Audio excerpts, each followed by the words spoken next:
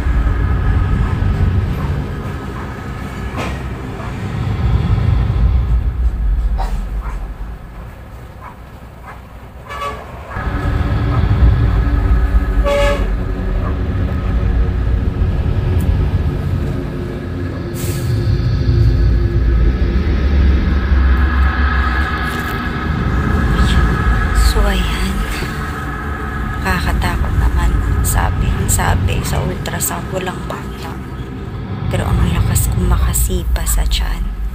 Dalawa pa. Nakakatakot naman. Ano ba yan? Walang nakikita sa ultrasound pero ang lakas makasipa sa ilalim.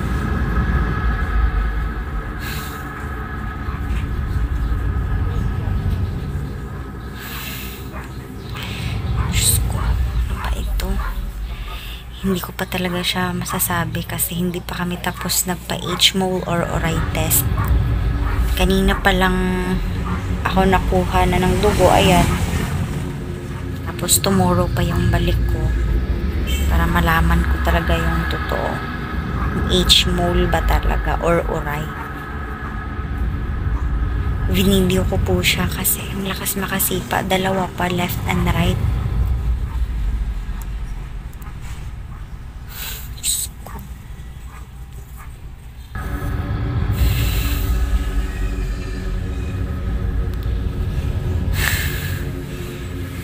Nakakatakot naman ang ganito.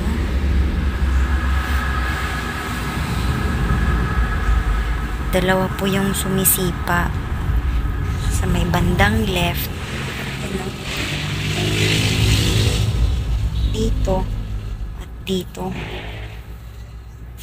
Kitang-kita nyo naman na may sumipa. Diyos ko. Magtukambal. Lakas niya makasipa. So para talaga siyang bata kasi naninipa. Ako pa naman mag-isa dito. Hindi ako sumama kay Kuya Buds sa burol ni Kalito eh.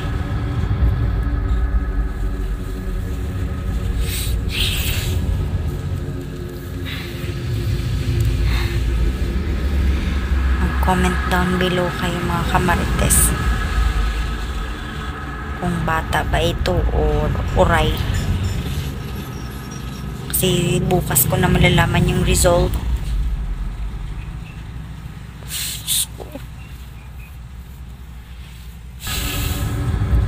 May sumipa talaga.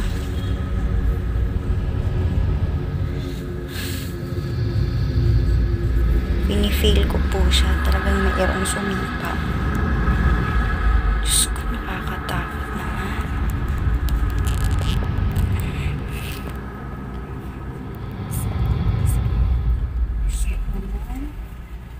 Nakakatakot mag-isa. Sigat lang yung parati kong kasama.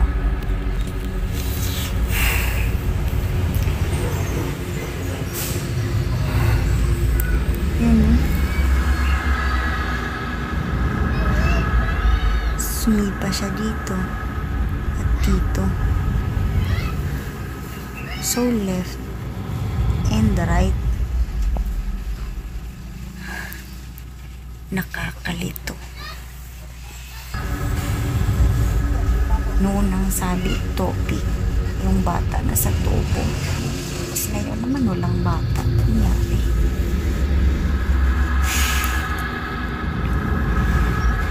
Sumasakit ang tiyan ko. Ibig sabihin may sumipa. Para lang siyang bata. Normal. Sumisipa din. Parang may heartbeat.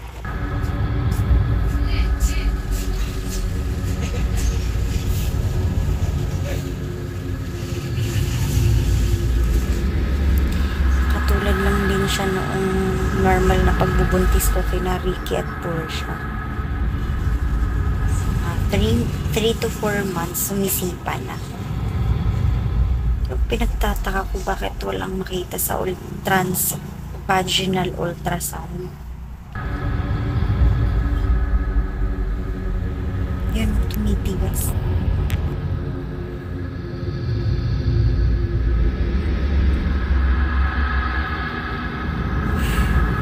Tumitigas talaga. Wala pa naman si Kuya Buds. Diyos ko. Tigas-tigas na.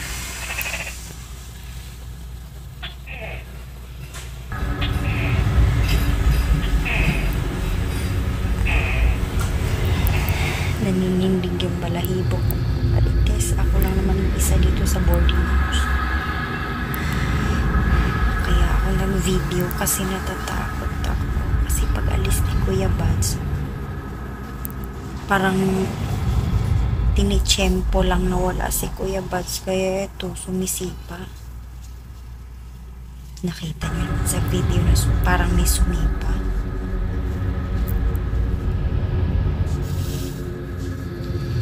Nakakatakot naman itong sitwasyon ko ngayon. Tigas-tigas talaga.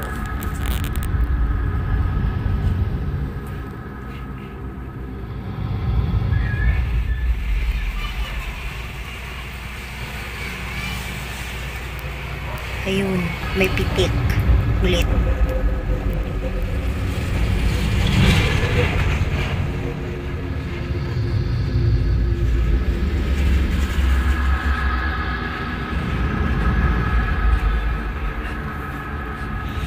Ang lakas-lakas niyang pagsipa kanina. Parang umangat yung tiyan ko. Ganun kalakas yung pagsipa. Ay, Diyos ko, Lord.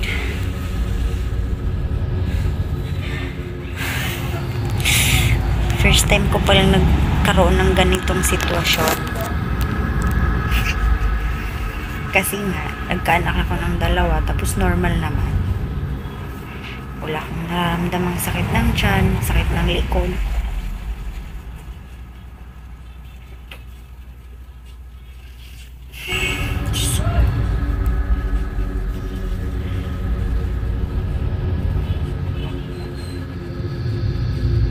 Sana na i-video ko kanina yung full na pagsipa.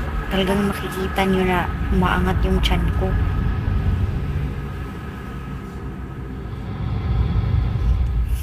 Ayun na naman. Panoorin yung mabuti.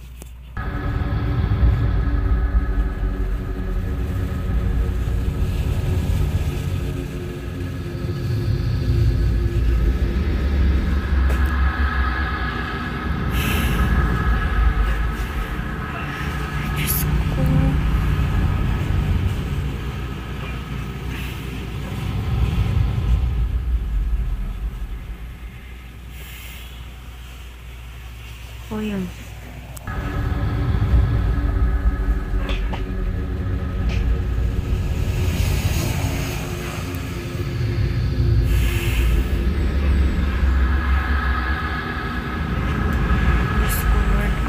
Isa dito. Hindi ako sumama kasi nag-relax ako. At ang sabi naman sa mga comments sa YouTube channel ko na bawal daw sumama yung buntis sa lamay. Kaya nagpaiwan na ako. Pero eto naman nag-iisa ako tapos parang may something, may sumipa.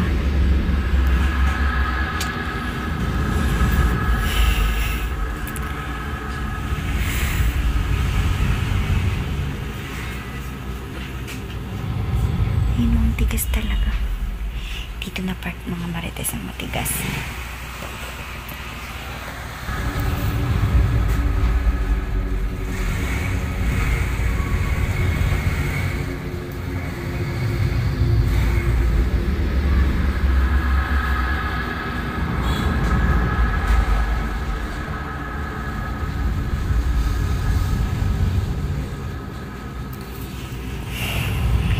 Para siyang heartbeat ng baby.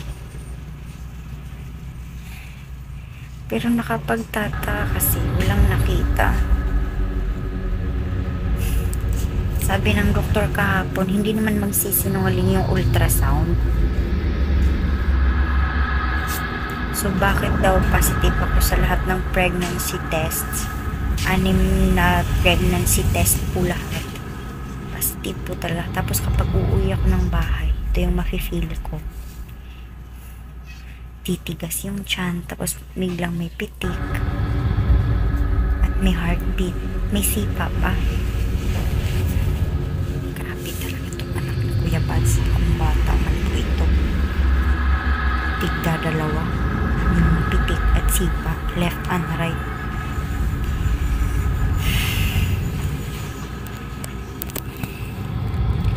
So, ayan, i-update ko ulit kayo kung ano na yung susunod na sitwasyon ko. So, see you po sa mga next videos ko po. Sana gagaling na po ako. At ipagdasal niyo po ako mga kamarites na sana okay yung results tomorrow. Thank you so much po and God bless.